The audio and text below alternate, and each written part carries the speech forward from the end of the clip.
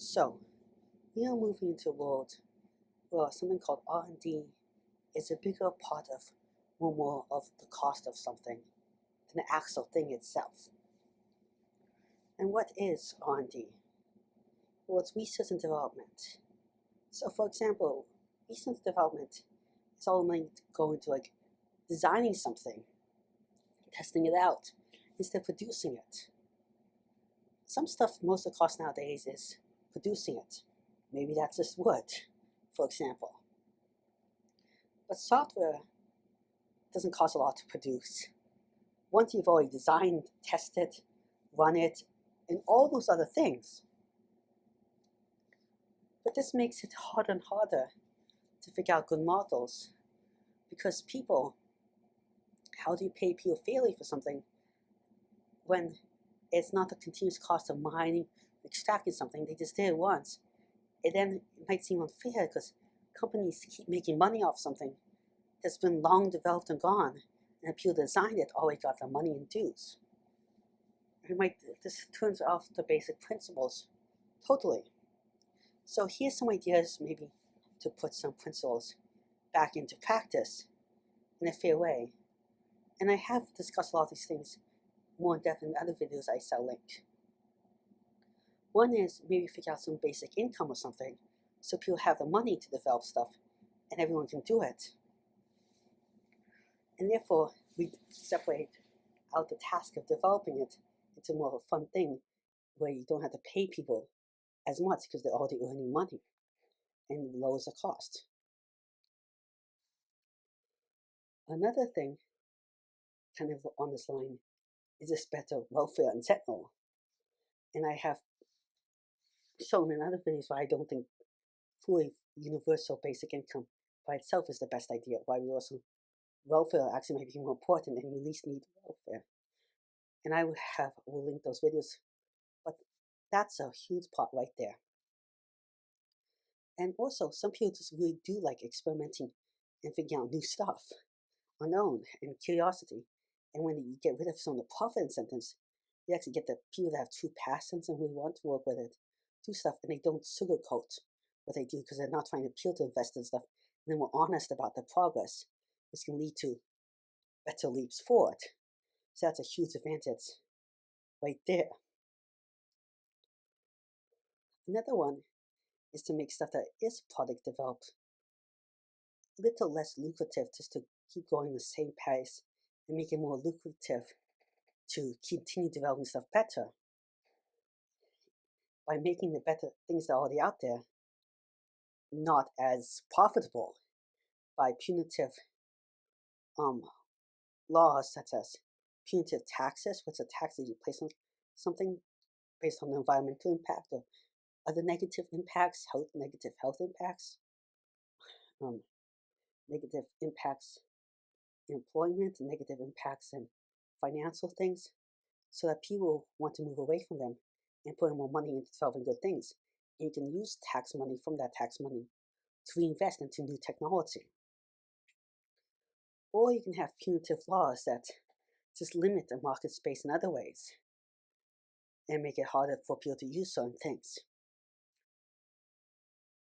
Another idea is a simple idea of just having more government funding throughout this whole entire thing through more taxes and stuff like that on the rich. Another idea along similar lines is to have is to develop sometimes thing like Kickstarter or something to fund all these projects, but you have to figure out how to make a better one that gets rid of a lot of the fraudulent stuff and stuff like that, by maybe having some more promise guarantees back, having some money, maybe making more of a loan base, having some money somehow safe stacked, having people be more verified, having maybe a risk assessment so people invest based on various risks. And I've talked about a variety of ideas before, which are all linked down below somewhere. Another thing is we could have to reform the patent system. Now the thing is, people develop something and big corporations hold the patents and the people that actually develop it don't get a lot of money, meaning that actually developing stuff as a side hobby is not really profitable. The other thing is that often patents restrict innovation because people have these patents, and when they have these patents, other people are not allowed to experiment with it, even at their own house.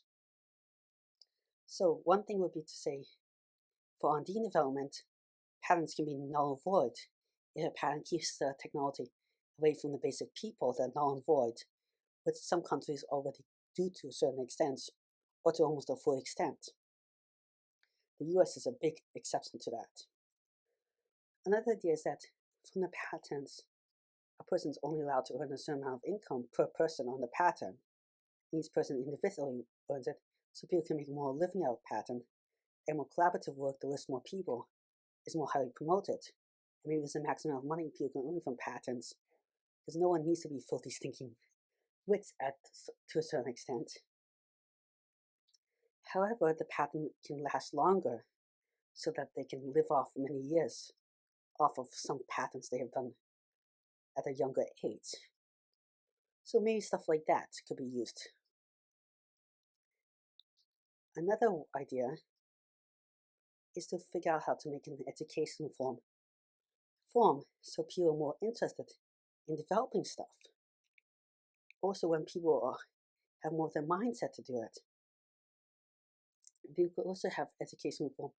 More people are working in labs on projects to develop and promote technology better as part of the education, which would lower the cost to develop stuff because you have more people working on developing it, but also might perform better education and gain younger people to be in part of this workforce is a great idea right there, if done ethically. And so you're not just doing child labor, obviously. Now, I wanted to find a better term for this because the negative connotations for what I'm saying is not what I'm getting at.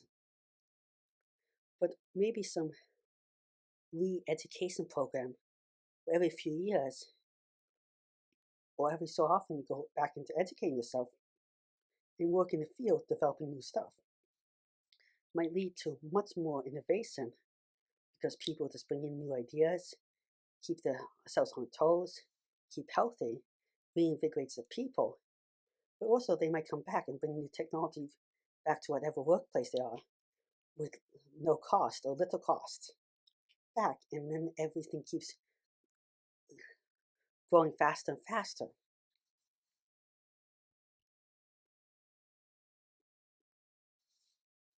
So, yet another idea is to have groups that do rental and selling more of technology stuff.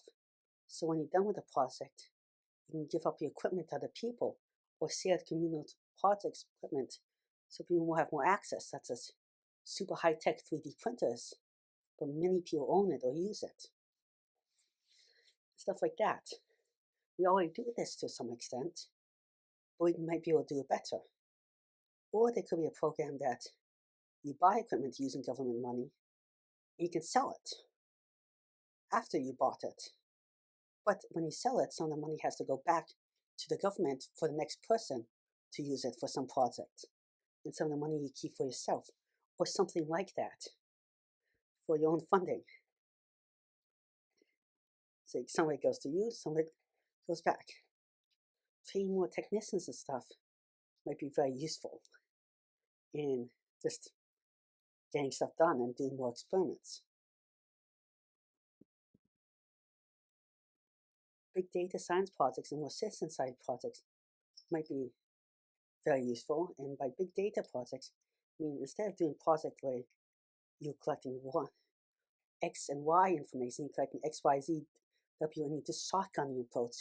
But now you have a big data set for many more people to work off of. For like public health, that might be especially useful. Having more projects be open source so people can develop it. Another idea, something I kind of forgot to say, is also showing how that not all development needs to be very complex and stuff, and simple ideas might go a long way.